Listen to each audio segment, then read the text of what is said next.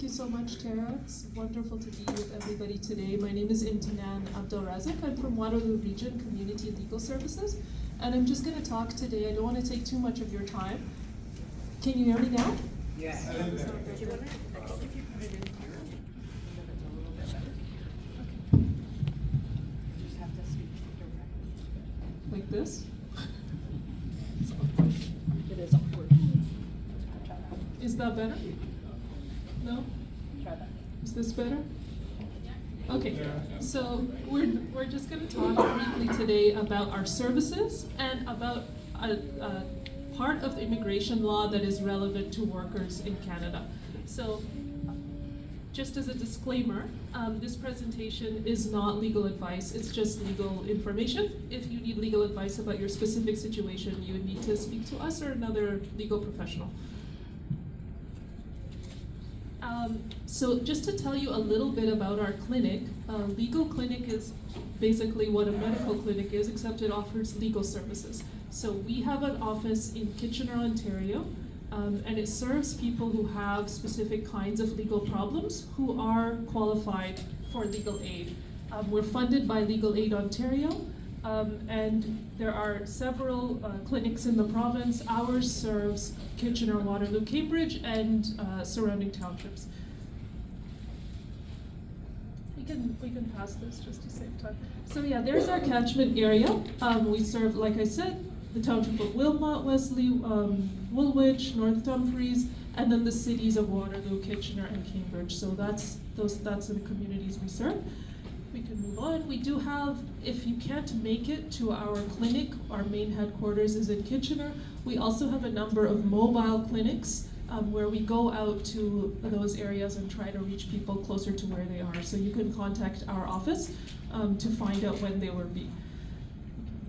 Okay, and then the kind of information that the kind of help that we provide, it depends on the case and the client. So it ranges from providing legal information to providing support or actual advice about a person's specific situation to representing them in their matter. What are the different areas that our legal clinic has expertise in? So housing is a big one. Ontario Works and Ontario Disability Support Program is another one. Canada Pension Plan Disability. We have an employment law practice. We have an immigration practice, which is what we'll talk about. A little bit of debt and consumer protection. We also assist people who want to change their name or their gender marker. We have an Indigenous justice program to assist Indigenous clients in the legal system generally. We can help with notarizing and commissioning documents. We also have a program for people experiencing sexual harassment in the workplace. And we also do what we're trying to do today, which is public legal education. Our clinic does not provide help with family law or criminal law, just to be clear. So within the immigration law practice, some of the main areas that we help people with are family sponsorship, humanitarian applications, risk assessments for people who are already in a removal process, criminal admissibility, so for people who are facing charges or have convictions and want to know how that will affect their immigration status and if their immigration status can be saved.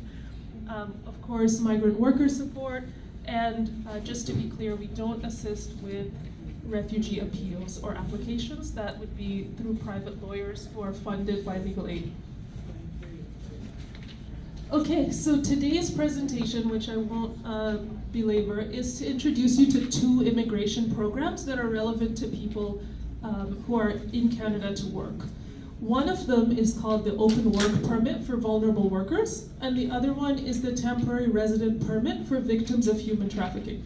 We're going to go into what they mean in more detail, but just to be, to summarize it, the Open Work Permit is for people who have faced an abusive work situation. And the temporary resident permit is for situations that go beyond that, which are basically like a kind of fraud. You came to Canada for one reason and found something else completely, where it reaches the point of fraud or criminality. So let's talk about the open work permit for vulnerable workers. This is for people who experience abusive workplaces. So a lot of you know, of course, you all know, People come to work in Canada, they're tied to one employer, and because they're tied to that one employer, oftentimes they feel like they just have to accept anything that's happening. Otherwise, they could be sent home, and there's often threats of that are quite explicit. And so it leads to situations where there's a very big power imbalance and often abuse. So IRCC has created a program to let people in situations like that apply for an open work permit, which allows them to work for anybody and to get away from that abusive employer. To be eligible, you have to be in status, so your work permit has to be valid or you must have applied to extend it, and there are no fees to apply. So what is abuse? Of course, not every workplace conflict is abuse. Every workplace has conflict. But abuse is where it rises to, for example, physical abuse, sexual abuse, psychological abuse, threats, intimidation, financial abuse, not being paid what you were promised, or being threatened that they'll dock pay or they'll reduce your wages, or reprisals. And reprisals are where your employer takes revenge because you complained about something wrong that was happening at work. So we can just go through some examples here. Oh, okay, so one example of abuse, the employer, the recruiter, have coerced the migrant worker into paying a lot of money to get the work permit to begin with, or have huge recruitment fees which are not supposed to be charged. Or, for example, in another situation, there could be financial abuse like we talked about. The employer is not actually paying the wages or is not paying the wages that were agreed. Another form of abuse would be harassment. The worker is harassed, they're insulted when they make a mistake. It's not a respectful explanation, but insults or loud voices. Another example, if you're forced to work in an unsafe environment, you're in a place with a lot of fumes and they won't give you PPE, or they're just cutting corners and saying, we can't wait for maintenance, why don't you climb up over that machine and unblock it or clean it, and you're not supposed to be in that situation. That's another form of abuse. Another form that we see a lot is racism, where workers are verbally insulted, or they're given harder jobs just because of where they're from, or when they complain, they're told, people from your country shouldn't complain, what's your problem, we could get rid of you. Reprisals is another big one, where if you speak up, they threaten you. We'll take away your shifts, we'll reduce your work hours, we'll demote you, we'll send you back. All of that is abuse. We can move on. So how can somebody apply for this work permit? It's an online application. Of course, there's a form. There's no fee, but you have to try to substantiate the abuse. Usually the main way, or the primary piece of evidence, is an affidavit, which is a sworn statement from the worker describing what happened. And that's the most important thing, like a narrative of what went on. And then documentary evidence that may exist. There isn't always documentary evidence for everything. You don't have to feel like, if I don't have a document or I don't have a picture, nobody will believe me. Your testimony is evidence, and anything that's reasonable to add to it is what they would expect. So if you were injured, they might like to see medical reports. If an organization helped you, they could write a letter of support. If you have made a complaint to the police, or you've made a complaint to the Ministry of Labor, that report could be there. Financial abuse is often substantiated with pay stubs, bank statements. You could have emails, you could have texts, you could have letters from other workers who observed the abuse. So it's just case by case, what happened and what evidence is reasonably available in that situation. So just to tell you a little bit more about this process, this is supposed to be confidential. So once a worker has applied for an open work permit for vulnerable workers, their immigration officers are not supposed to contact the employer, because obviously that can make things worse. Sometimes the worker is called for an interview before they give the permit. Your family, if they're here, can also get extensions on their statuses an open work permit and visitor status for children. Usually, the length of the permit, if it's given, is a year. And what we've heard is that there's a high rate, what we've seen and what we've heard is that there's a high rate of success for cases that are well substantiated, but they do take some time. The IRCC advertises that it's a matter of days, but usually it's a matter of a few months from what we've seen.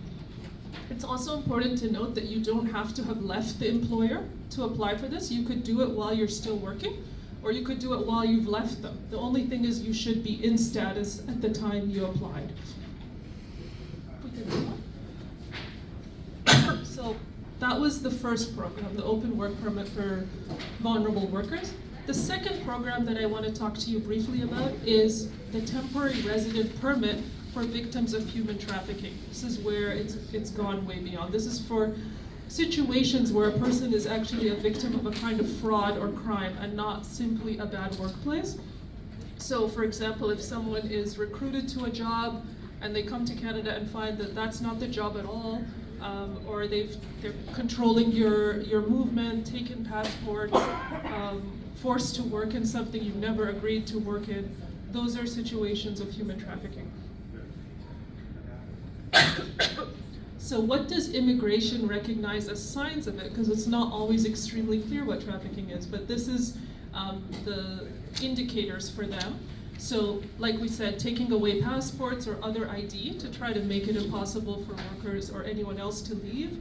If they're monitoring or surveilling you, if they're controlling your movement, any kind of sexual assault, of course, if there's violence or threats of violence to you or your family members, those are also signs of human trafficking.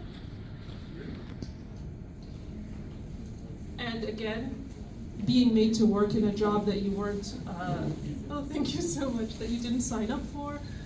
Threats to report you to immigration. That happens a lot for people who are trafficked. They're told, if you go to anybody, I'll tell, I will have you deported, your family is gonna suffer.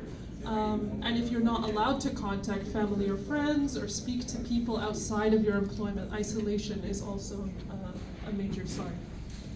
So what is the application process, and what does it do for you? So this temporary resident permit, it allows you to be in Canada legally if it's granted, and it gives you time so that you can escape the traffickers, first of all, consider any other immigration options that might be available, recover from trauma, assist the police if they're doing some kind of investigation and you want to help with that to get the traffickers punished. So for all of those reasons, the TRP is offered.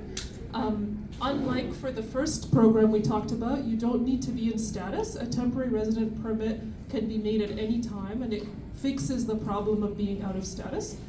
Most of the people who are qualified for this program are actually referred to IRCC directly by police.